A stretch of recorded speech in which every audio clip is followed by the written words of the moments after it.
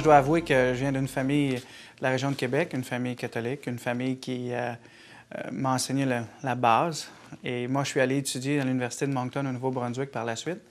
Et puis, je dois reconnaître humblement que la plupart des gens reconnaissaient que j'étais un des meilleurs étudiants de l'Université de Moncton, que j'allais être voué à un avenir très prometteur. Moi, j'allais à l'université en cravate à tous les jours. Je croyais qu'il fallait se préparer là pour pouvoir entrer dans le monde des affaires à deux pieds puis être bien préparé. J'étais le seul étudiant de toute l'université qui allait à l'université en cravate. Néanmoins, j'étais, selon plusieurs, promis un bon avenir, un bel avenir au niveau des affaires. Et je dois avouer que j'ai une très, très belle carrière depuis ce temps-là dans le domaine hospitalier.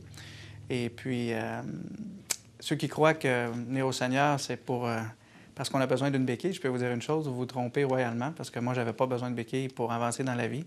Au contraire, j'avais peut-être plus besoin d'avoir le Seigneur dans ma vie pour me donner un autre sens, une autre vision dans le domaine des affaires, puis me ralentir aussi, de ne pas prendre des décisions trop rapides. Qu'est-ce qui s'est passé dans ma vie? C'est que je ne cherchais pas Dieu vraiment. Mais le 25 novembre 1988, il s'est passé quelque chose d'assez exceptionnel à Québec. Et on a eu un tremblement de terre de 6,5 pendant environ 45 secondes. L'épicentre était dans le parc de Laurentides. Et moi, je me trouvais à l'entrée du parc, chez ma sœur, dans la région d'Orsainville. Et ce qui s'est passé, j'étais à la salle de bain, j'ai vu tous les murs trembler.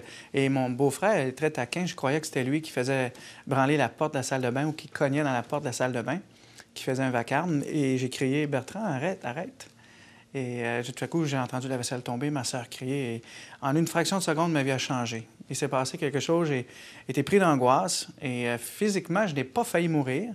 Mais dans ma tête, je croyais que j'allais mourir. Parce qu'imaginez-vous que je ne pensais pas que c'était un tremblement de terre. Je croyais que c'était une bombe nucléaire qui venait d'exploser à la base militaire de Valcartier, d'où j'étais à peu près quelques kilomètres. Donc, je suis allé à courant dehors à l'extérieur de chez ma sœur et j'ai cherché, je tenais le poteau de l'abri d'auto et je regardais et je cherchais le champignon atomique qui allait venir me ramasser d'une seconde à l'autre. Donc, je n'ai pas failli mourir, mais dans ma tête, l'expérience était la même. Et j'ai crié à Dieu de me donner une chance. Je ne connaissais pas Dieu, j'étais même en guerre contre lui. Mais il y avait une chose que je savais, par exemple, c'est que si j'étais mort ce soir-là, je ne serais pas à la bonne place. Et j'ai fait cette demande, j'ai dit, Dieu, je te promets que si tu ne viens pas me chercher tout de suite, que je vais te chercher. Et Dieu a répondu à cette prière. 2 ans plus tard, en fait, des jours après, même quelques heures après, je me retournais en automobile et je me disais, comment fait-on pour chercher Dieu? J'avais plein de défauts, mais j'en avais un, je n'avais pas, je n'étais pas hypocrite. Et j'ai dit à Dieu, Dieu m'a donné une chance, je vais le chercher. Ce même mois-là, j'ai eu plein de propositions à ma porte le samedi matin, des gens qui viennent cogner. Et j'ai décidé de m'acheter une Bible pour moi-même et de lire pour moi-même pendant 2 ans. Fait que j'ai lu pendant 2 ans pour moi-même.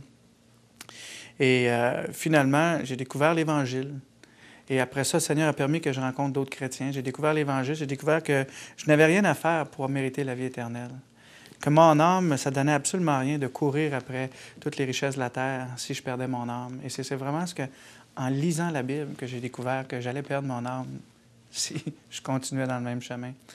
Donc, le 10 septembre 1990, 2 ans après ces événements-là, ou presque, j'ai décidé, après avoir entendu un ancien prêtre avoir donné sa vie à Christ, un ancien missionnaire des Oblats-de-Marie, ce soir-là, je suis retourné chez nous et j'ai regardé mon ami de l'époque qui est devenu ma femme. J'ai dit, ce soir, je veux vraiment que le Seigneur rentre dans ma vie. Je ne veux pas continuer à faire la même vie que je vis et de la même façon. Je veux que ma vie ait un sens. Et la parole dit que donnerait un homme en échange de son âme. Moi, j'avais absolument rien donné. J'avais besoin de recevoir. Puis mon message que j'aimerais dire aujourd'hui aux gens, c'est que pensez pas pour une minute que le Seigneur est là pour une béquille ou pour vous ralentir dans la vie. Je réussis très bien à faire encore aujourd'hui. Je l'ai toujours réussi. J'ai toujours été dans les plus performants des compagnies américaines pour qui je travaille. Mais je le fais à la gloire de Dieu maintenant. Et il y a possibilité de le faire.